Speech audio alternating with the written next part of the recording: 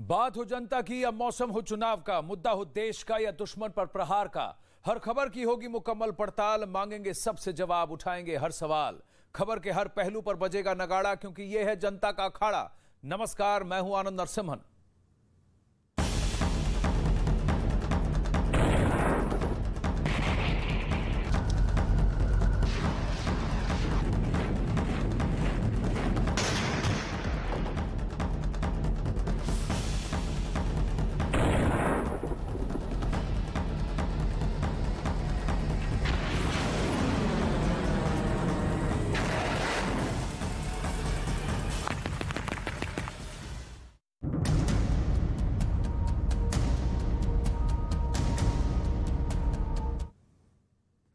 Victory day आया और चला गया, लेकिन रूस यूक्रेन का ये युद्ध थमने का नाम नहीं ले रहा है। आज 71वां दिन है और रूस और यूक्रेन के बीच चल रही जंग अब और प्रचंड होती जा रही है।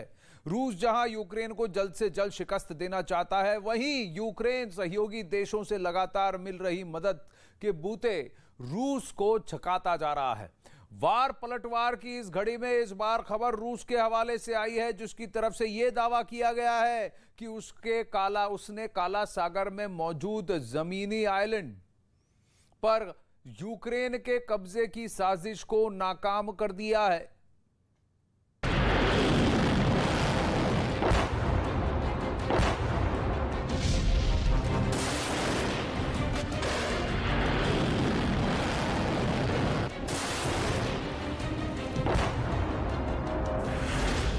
यूक्रेन की बड़ी साजिश का काम तमाम।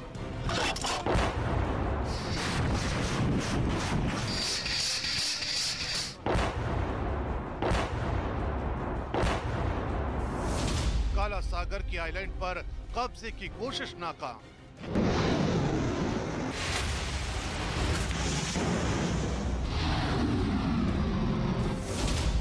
आधी रात को रूसी सेना का ऑपरेशन ब्लैक सी।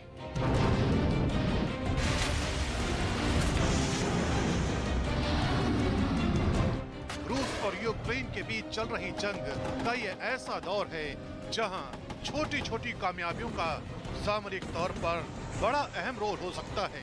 यही वजह है कि दोनों देशों की सेनाएं कुछ भी कर गुजरने को तैयार हैं। इस बार खबर जंग का केंद्र बन चुके उस काला सागर से आई है, जहां रूसी सेना ने अपने बाहुबली युद्धपोत मॉस्को को तैनात कर रखा था।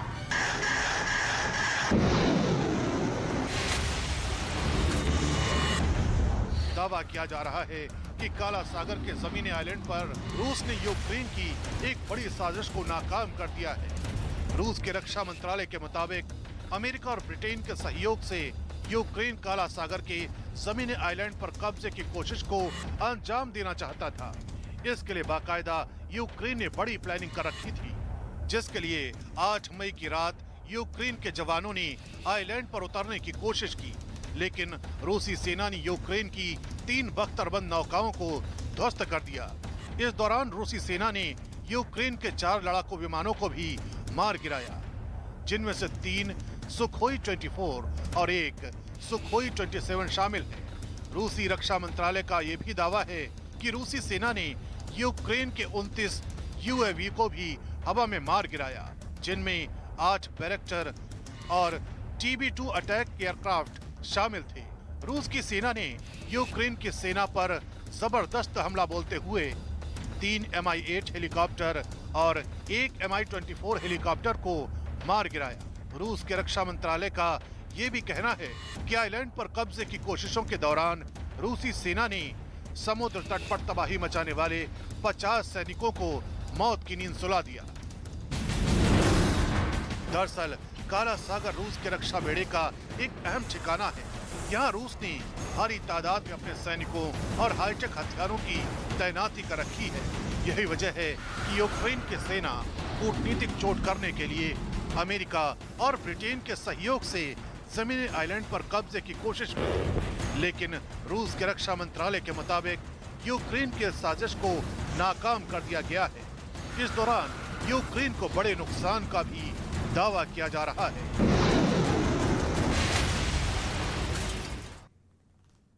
यूक्रेन की तरफ से ये रणनीति होगी कि अगर काला सागर में जहां ओडेसा पर बमबारी हो रही है, यूक्रेन इस आइलैंड पर कब्जा कर लेता है तो फिर रूस के सारे जो इरादे हैं उसको नाकाम करने में कामयाब हो जाएगा, इस आइलैंड को अपना बेस बना सकता है। लेकिन रूस की इसकी तैयारी थी। लेकिन इस वक्त जसप्रीत और जनक दवे के पास चलते हैं। जनक कीव में है, जसप्रीत इस वक्त इरपिन में मौजूद हैं। आप किसी फैक्ट्री में दिख रही हैं। जसप्रीत कहां पर हैं, आप बताइए। बिल्कुल, मैं इस वक्त जसप्रीत आपकी आवाज नहीं आ रही है मुझे, जरा इसको शॉर्ट करेंगे। आपकी अचानक आवाज चली गई, जरा इसको चेक करेंगे। आपके क्या माइक की बैटरी चेक कीजिएगा। मैं जरा जनक से जानूं। जनक, वहां धूप खिली हुई है, मौसम बदल चुका है, ठंड कम है, गर्मी बढ़ रही है, पीछे वाहनों की आवाजाही दिख रही है कीव में। बताइए आप कहां पर हैं, वहां क्या शांति का माहौल है, ऑफिस खुले हैं, घर बार, क्या लोग वापस आते हुए दिख रहे हैं? बिल्कुल आनंद, पहले तस्वीरें दिखा देता हूं टाइम का। अब ये कीव का जो इंडिपेंडेंस स्क्वायर है, बिल्कुल सामान्य हालात। 2 दिन पहले यहीं पे जेलेंस्की, मतलब 8 मई को जेलेंस्की इसी सड़क पर देश को संदेश दे रहे थे। वो वीडियो भी देखा होगा आपने, जहां पर वो यानी कि सेना डटी हुई है। सबसे बड़ी बात जो दो अपडेट आनंद मैं आपको दे दूं, कीव में हालात सामान्य है, लेकिन जहां लड़ाई चल रही है वहां की बात कर रहा हूं। जो अभी थोड़ी देर पहले जो पैकेज हम चला रहे थे, दर्शकों को जानकारी दे रहे थे, ओडेसा, हम कल ओडेसा के लिए निकले थे लेकिन ज़ेपोरिज़िया गए।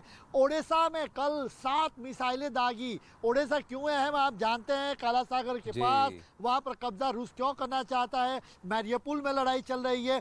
सबसे इंपॉर्टेंट खार्किव में, अभी जो हमें मीडिया इंफॉर्मेशन सेंटर से जो जानकारी आई, खार्किव में लिज़म के पास जो मार्च महीने में हमला दागा गया था, वहां पर हमला किया गया था रिहायशी इलाका से। वहां से 66 डेड बॉडीज बरामद हुई है। ये रूस की ओर से वॉर क्राइम बताया जा रहा है या यूक्रेन में से। तो यहाँ पर यहाँ कीव में हालात बिल्कुल सामान्य है। वो दिखाने की भी कोशिश है कि हम डटे हुए हैं हमारे देश की आज़ादी के लिए, हम हमारे देश के हितों के लिए हम लड़ते रहेंगे। ये जेलेंस्की इसी सड़क के इंडिपेंडेंस स्क्वायर काफी अहम है, मायने हैं इसके। लेकिन कहा जा रहा है कि इंडिपेंडेंस स्क्वायर पे जिस दिन उन्होंने ये संदेश दिया, वो रेड स्क्वायर में विक्ट्री डे परेड को काउंटर करने के लिए किया जनक। लेकिन जेलेंस्की भी अपनी जगह बदल रहे हैं, एक जगह पर स्थित नहीं है, ये भी कहा जा रहा है, क्योंकि उन्हें भी लग रहा है कि थ्रेट परसेप्शन है कि कहीं कुछ ऐसी कोई टास्क फोर्स ना हो जो जेलेंस्की को कैप्चर करने में की ही उनकी जिम्मेदारी हो। इस पर भी बहुत इंटेलिजेंस की बातचीत हो रही है।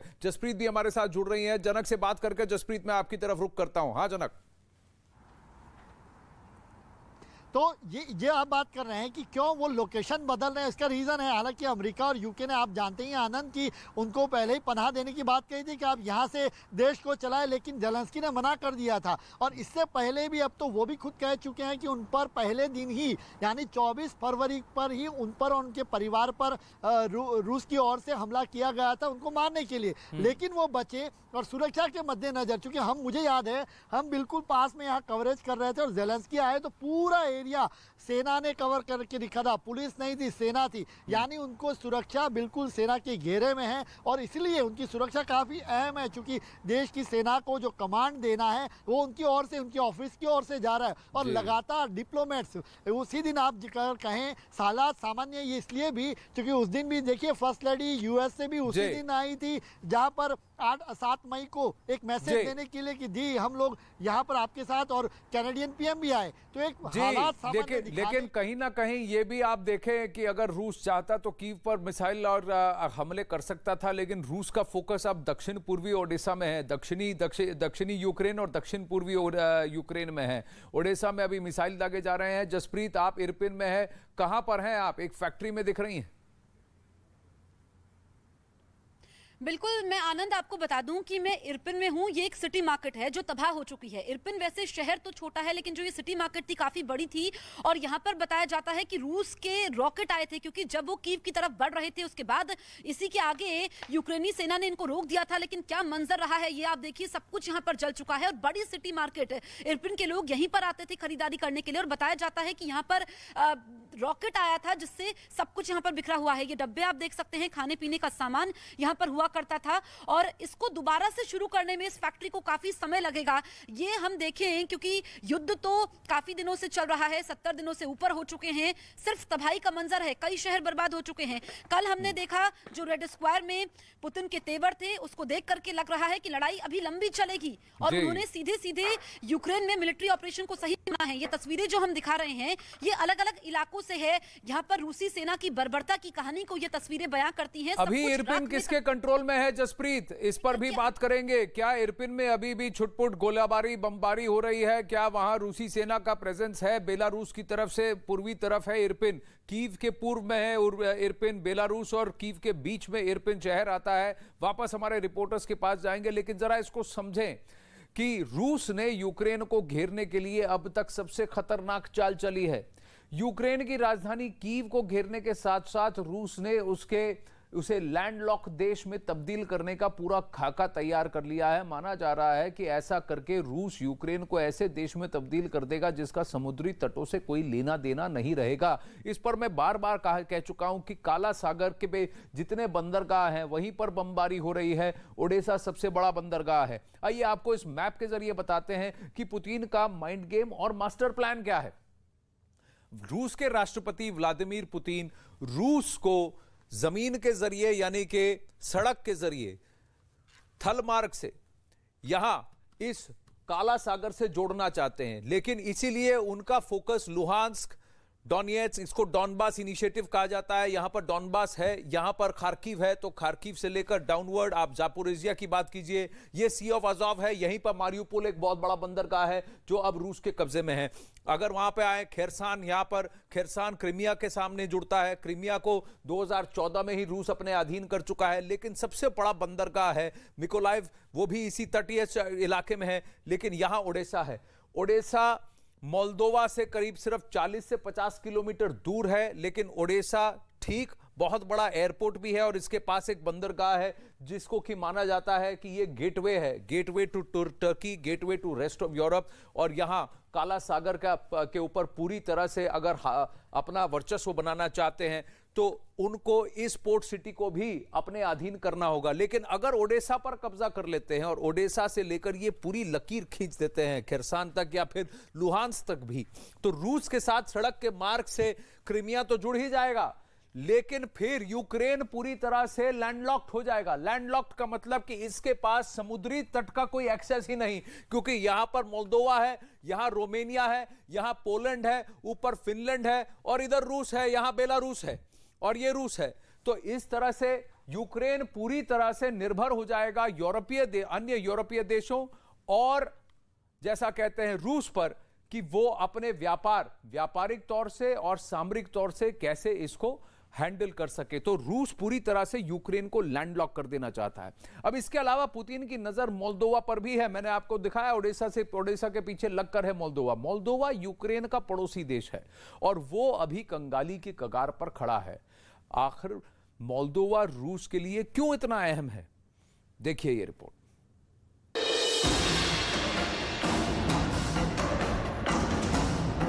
ब्रिटिश रक्षा विशेषज्ञों के मुताबिक रूस के मोल्दोवा पर हमले के 3 मकसद हैं।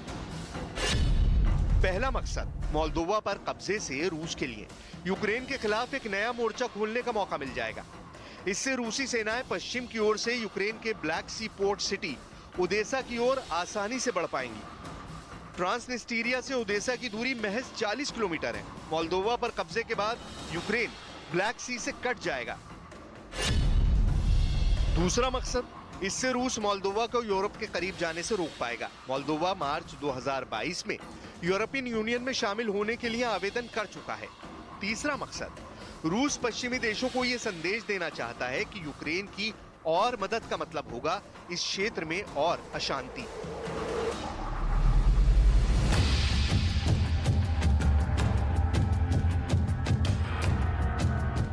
हालांकि यूरोपियन यूनियन ने मोल्दोवा को रूस के खिलाफ हर मुमकिन मदद का भरोसा दिया हुआ है, लेकिन यह भी एक सच है कि अगर रूसी सेना ने मोल्दोवा पर हमला कर दिया तो वो महज कुछ ही घंटों में रूस के कब्जे में आ जाएगा।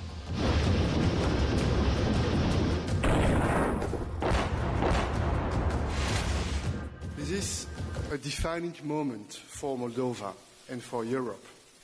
Russia's war against Ukraine has caused senseless suffering and pain. And the consequences do not stop at the Ukrainian borders.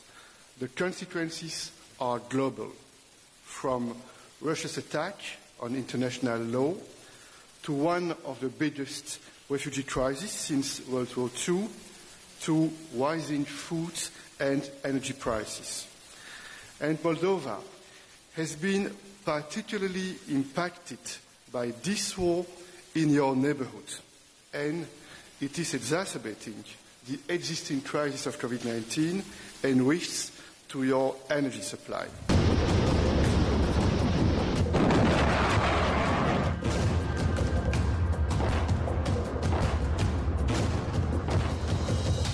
दरअसल यूरोपियन यूनियन को शक है कि रूस पूर्वी यूरोप में अपना वर्चस्व बढ़ाने के इरादे से मोल्दोवा से अलग हुए एक छोटे से इलाके ट्रांसनिस्ट्रिया को रूसी गणराज्य में शामिल कर सकता है। ट्रांसनिस्ट्रिया मोल्दोवा से लगा एक छोटा सा इलाका है जहां रूस को सपोर्ट करने वाली सरकार है। माना जा रहा है कि रूस यूक्रेन से लेकर ट्रांसनिस्ट्रिया के बीच एक कॉरिडोर बनाना चाहता है, जिससे उसके लिए यूक्रेन और मोल्दोवा दोनों पर हमला करना आसान हो जाएगा। 1992 में मोल्दोवा से अलग हुए ट्रांसनिस्ट्रिया से मोल्दोवा के संबंध अच्छे नहीं हैं। ट्रांसनिस्ट्रिया यूक्रेन और मोल्दोवा के बीच 4000 वर्ग किलोमीटर में फैला हुआ है। ट्रांसनिस्ट्रिया 1992 में मोल्दोवा से अलग हुआ था। ट्रांसनिस्ट्रिया में रूस समर्थित अलगाववादियों की सरकार है। ट्रांसनिस्ट्रिया को बतौर एक मुल्क किसी भी देश ने मान्यता नहीं दी है। ट्रांसनिस्ट्रिया की आबादी महज 4,70,000 है। ट्रांसनिस्ट्रिया में रूसी और यूक्रेनी मूल के लोगों की तादाद मोल्दोवन आबादी से ज्यादा है। रूस ट्रांसनिस्ट्रिया को फ्री गैस मुहैया करता है। ट्रांसनिस्ट्रिया में 1500 रूसी सैनिक मौजूद हैं। ट्रांसनिस्ट्रिया के कोबासन इलाके में रूस का 20,000 टन विस्फोटक रखा है। कोबासन पूर्वी यूरोप में सबसे बड़ा विस्फोटकों का भंडार है।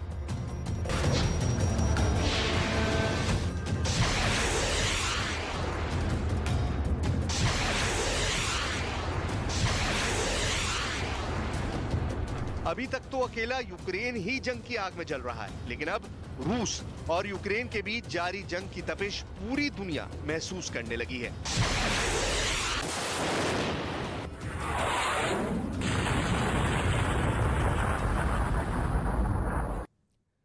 रूस